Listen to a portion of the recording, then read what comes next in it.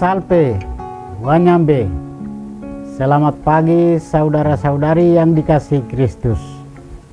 Mari kita mengawali hari baru dengan mendengarkan firman Tuhan yang diambil dari Injil Yohanes pasal 8 ayat 51 sampai dengan 59. Tuhan bersamamu. Inilah Injil suci menurut Yohanes.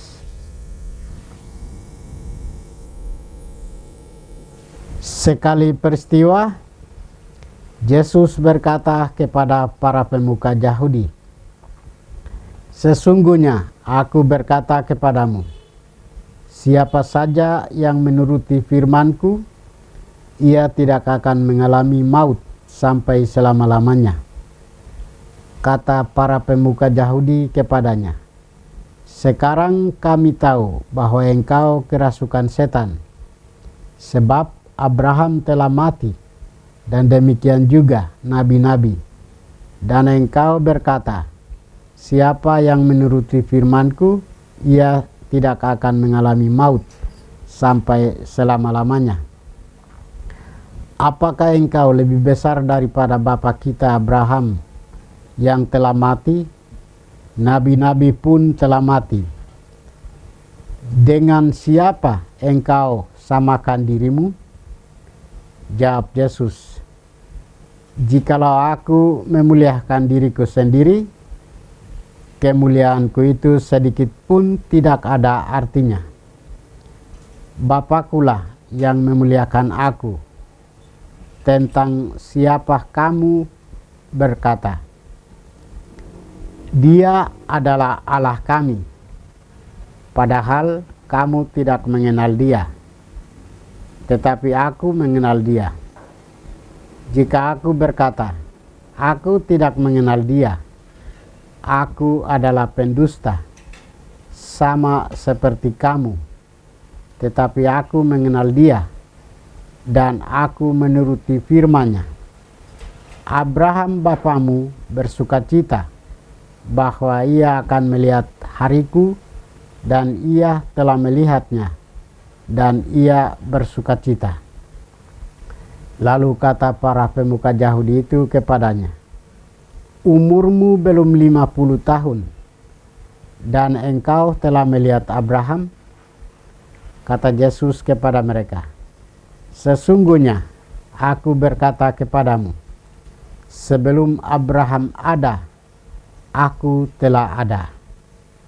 Lalu mereka mengambil batu untuk melempari Dia. Tetapi Yesus menghilang dan meninggalkan bait Allah. Demikianlah sabda Tuhan. Saudara-saudari yang dikasihi Kristus, tema kita hari ini adalah mengenal Sang Aku Ada di tengah penolakan.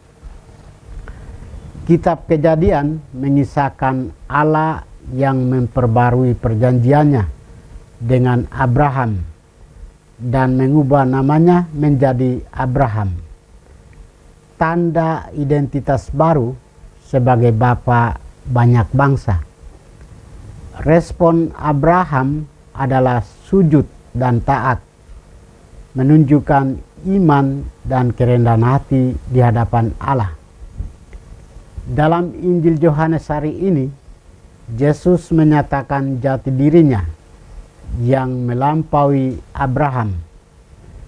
Ia berkata, "Aku berkata kepadamu, sesungguhnya sebelum Abraham jadi, aku telah ada. Ego eimi, aku ada." Pernyataan ini menegaskan bahwa Yesus adalah Allah sendiri. Namun orang-orang Yahudi tidak memahami dan menolaknya karena terjebak dalam logika manusiawi. Mereka memandang bahwa Yesus itu tidak lebih besar dari Abraham. Abraham itu seorang nabi besar dan tokoh iman. Tiada pribadi lain yang lebih besar daripada Abraham. Memang sulit bagi Yesus untuk menjelaskan identitas dan misinya kepada orang Yahudi, karena dia harus menghadapi rangkaian kesalahpahaman, perdebatan, dan berujung kepada penolakan. Namun, Yesus selalu menanggapinya dengan penuh kesabaran, ketenangan, bijaksana, dan berusaha membangun dialog penuh dengan keterbukaan. Saudara-saudari terkasih, bagaimana dengan kita?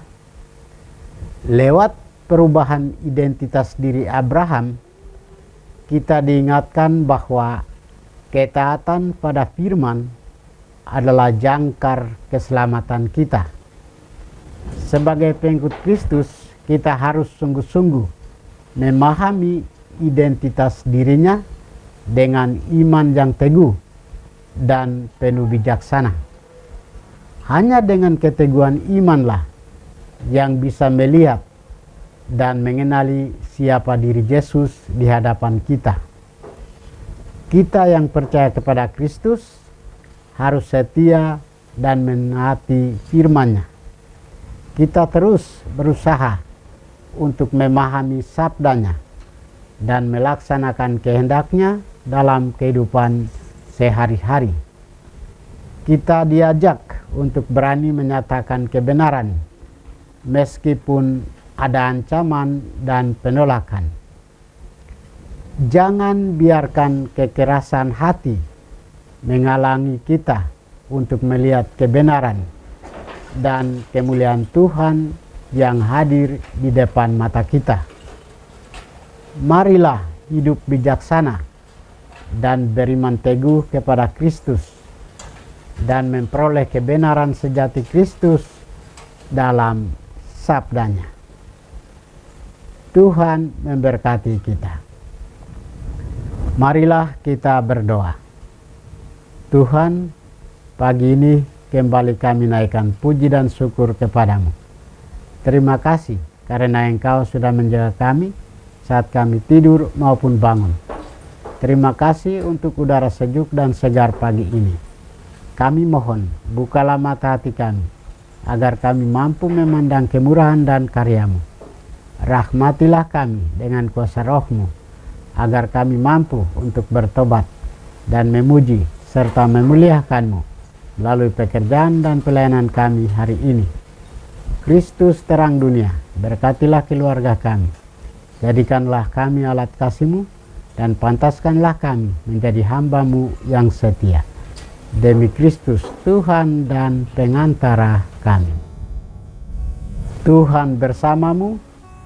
Semoga kita sekalian, orang-orang yang kita kasih dan doakan, seluruh aktivitas kita hari ini dibimbing, dilindungi, dan diberkati oleh berkat Allah yang Maha Kuasa, Bapa dan Putra dan Roh Kudus.